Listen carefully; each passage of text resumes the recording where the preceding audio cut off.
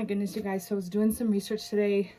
I thought, I have to figure out what to do with my debut novel because my agent, she was a really good agent. She worked with me for a year, getting it just right, did amazing edits and ideas and suggestions, and so I'm just forever grateful to her. But then I found out, well, as I said in my other video, she pitched it for like a year and did not get a publisher, and so she released me and released the book back to me, so she's no longer my agent. So I went online to do some research about what to do next, and I found out this is a really, really bad position to be in, because what agent is going to pick you up if your book has already been pitched to a bunch of other publishers?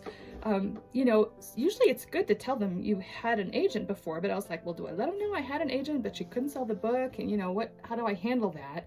And so from my research, I learned that actually a lot of times it doesn't make a huge difference if they know you've had an agent before, but it does make some difference. And the people in the industry know that agent-writer relationships kind of can come and go and part for many different reasons or many different ways. But it's pretty huge if an agent has already pitched your book to a whole bunch of publishers and got rejections from all of them. Another agent is extremely unlikely to pick you up, even if they love you and they love your work. Because it's like, how can they pitch if it's already been pitched, right? Now, one agent said that maybe my book was pitched middle grade and it did not find success, but maybe she would find success pitching it YA instead. So then that's a whole different ballpark. And so there's a possibility with that. So I may try to still find an agent, but I found this one writer who she actually went through 3 agents in 2.5 years, and none of them was able to sell her book. And then she took it back, and as a last-ditch resort, she started just submitting it herself and representing herself to publishers, and she found a publisher who wanted it in 15 days. So that is really interesting. And another agent said, you just got to be careful if it ends up getting published with a small publisher and you don't make much money with it, that could count against you, for future work, because that's your brand not doing well. And then someone else suggested, well, what if you did it under a different name? What if you pitched it or published it under a pseudonym, and that way it doesn't affect your own real name, in case you have another book you want to do better. And it's complicated. And yeah, I didn't realize that I'm in such a really bad position right now. And a lot of people's advice was, well, that first book didn't make it, move on, do a different book. But, I've never wavered from the fact that this book is really good and that people love it. Every time I share my idea with people, they get so excited. They want a copy right away. All this, this has always happened with this book. So I've always just had a strong sense that it's going to be published and it's going to do really well. And so maybe this is another pitch towards self-publishing, because if I believe in my book so much, and if nobody else will publish it, maybe I'll get a small following from self-publishing, or a big following, you never know. But it relies a lot on marketing, and that's a whole different strategy. But like I said, I found Sarah Cannon's YouTube channel called Heart Breathings, and she really teaches you step by step how she did it. And she's done really well supporting her whole family as a self-publisher, and she's learned a lot of ups and downs. And so I've been watching her videos, she seems to really know the game, right? So finding another agent is probably not gonna work. I may try, but I think it sounds not likely.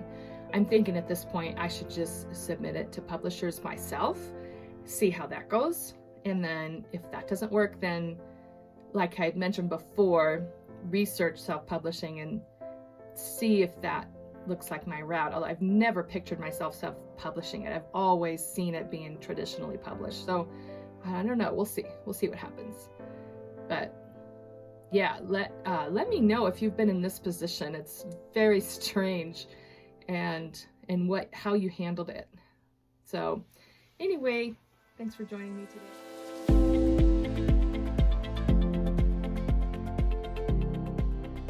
So you guys, I've mentioned that I have this new part-time job, and I'm a virtual assistant and I'm helping with online research. And this job has been so interesting because every week I research something. I research topics, but then something about it changes my life in some way. So like my first week, I learned all about the Kanban board system. And so I'm doing really well with that over there. And just having that has upped my productivity like 100%. It's incredible. And then like the next week, I learned about the traits of billionaires and millionaires. And that was very life-changing. And I started investing for the first time and like working towards incorporating some traits and habits that they have into my own life, like having a regular routine every day and making sure I take time to exercise and get up early and all that stuff. And a bunch of other traits like trying not to spend so much money. I did really well for like a week or two. I was so good at not spending any money. Still struggling a little with that, but at least I have my investment going and that is building.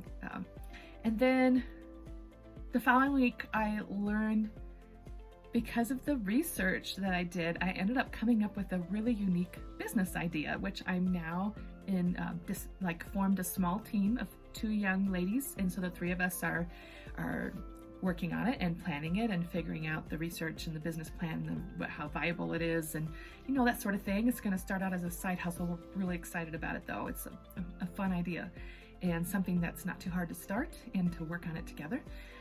That's really meeting a need right now. So we're working on that and that's been really good. And then this last week, actually the last 2 weeks, I've been researching and learning all about 3D printing, and it's really amazing the stuff that's happening with that. And so the life-changing thing that I learned this week was I was studying, they're 3D printing all different kinds of things. This is being called the 4th Industrial Revolution, and it's because it's happening kind of quietly. Like most people don't know all the stuff that's happening, but everything is going to change, in all areas. Like they're 3D printing houses and working towards ending homelessness. And that same company, Icon, is figuring out how to also 3D print structures for when we go to Mars. And that's just one thing.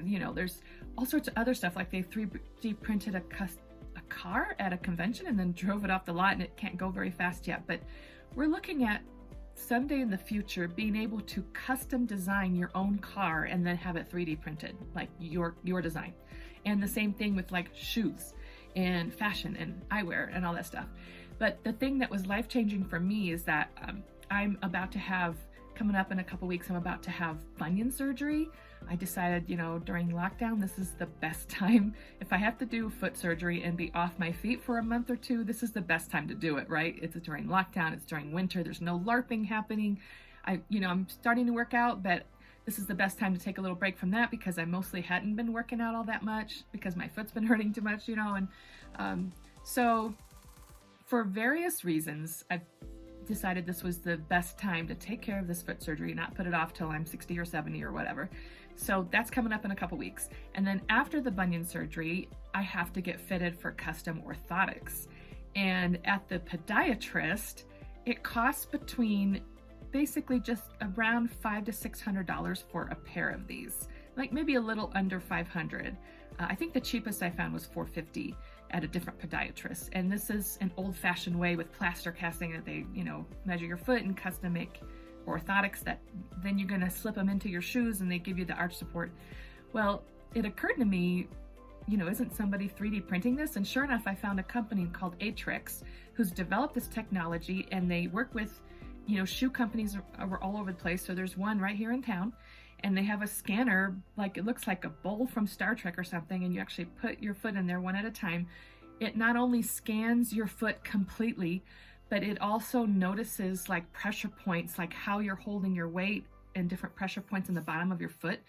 And so then they send it off and they make this special 3D orthotic that has built-in cushions for the different places where you might need a little extra support besides your arches, right? And then it gets to you in like 2 weeks instead of the month that the older one, the older version takes. And get this, it's only like $150. Can you believe that? So right there, we're gonna save several $100s by, I'll just go to them and I'll have my own orthotic insoles just 3D printed through this company that it's Trademark Shoes, and they use the Atrix scanning system and their technology and everything. She did say because of COVID, the shipping is a little longer than normal, so it could take between 2 weeks and a month, but normally it's just 2 weeks. And the normal plaster cast version is a full month, and that might take longer too, because it's all because of COVID. So anyway, that was so cool. So that's going to save us a lot of money, and they sound like they actually work better than the old ones. I saw a guy on YouTube had got them, and he said it was a little weird getting used to it at first because it's all touching the whole bottom of your foot. But he said once he got used to it, which didn't take long, it actually gave him like this kind of energy in his feet when he was standing and walking, like he'd never experienced anything like that before, which is, it sounds amazing. And then there was a woman next to him, another interviewer who has the old-fashioned ones, and she's ready to trade them in for these new ones because she doesn't really like the old-fashioned ones too much. So anyway, that was really interesting. And yeah, keep an eye over at my company, Truewick, the really useful information company. They are coming out with these really interesting videos. They have a YouTube channel, they have a website. This information is just fascinating. You're gonna love the 3D stuff. It's just, it blew my mind. How many different applications that it is being developed, and how they're developing new materials like human tissue and food stuff and glass and metals, you know. I mean, it's just pretty amazing. So yeah, keep an eye on their website, and I'll talk to you guys later.